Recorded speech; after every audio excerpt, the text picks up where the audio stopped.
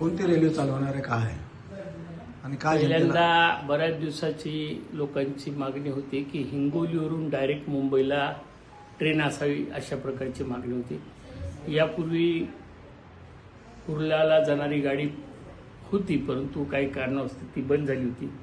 ती गाडी पुन्हा पूर्ववत हिंगोलीहून मुंबईला संपर्क असावा।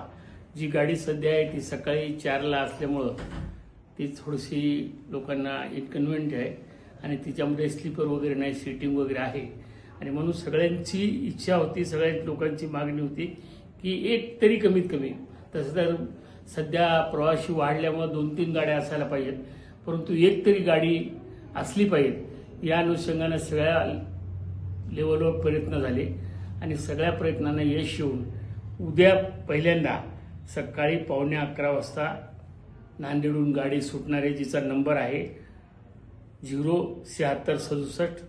उद्या तिचं पहिल्यांदा ती गाडी निघणार आहे आणि मुंबईला पोहोचणार आहे। ती गाडी नांदेडहून पूर्णा, बसमत, हिंगोली मार्गे बडनेरा, भुसावळ, मनमाड मार्गे मुंबईला जाणार आहे।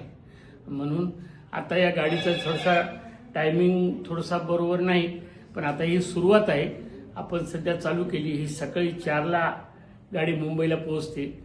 दिवसाचा थोडासा टाइम जास्त असतो, तो रात्री कसा सुरू करता येईल या बाबतीत पुढे प्रयत्न केले जातील, परंतु आता आधी ओसरीत कब्जा मिळवायचा, नंतर घरात मिळवायचा, अशा प्रकारे सध्या ही गाडी आपण सुरू केलेली। तिचे उद्या नांदेडहून सुरुवात आहे। नांदेडच्या ठिकाणी उद्घाटन असताना रेल्वे प्रशासनाने मला सुद्धा त्या ठिकाणी आमंत्रित केले होते, परंतु मी तिथे न जाता आपल्या हिंगोली जिल्ह्याहून ती गाडी जात असल्यामुळं सगळ्या लोकांबरोबर हा जो आनंद आहे तो हिंगोलीत साजरा करावा आणि त्या गाडीचं स्वागत करावं या उद्देशाने मी उद्या हिंगोली इथे 1 वाजता ती गाडी येणार आहे, म्हणून मी राहणार आहे। सगळ्यांना माझी विनंती आहे, हिंगोलीतील व्यापारी असतील, डॉक्टर्स असतील, वकील असतील, सर्व स्तरातील लोक असतील, त्यांनी उद्या या गाडीचं स्वागत करण्याकरता 1 वाजता रेल्वे स्टेशनवर ही विनंती।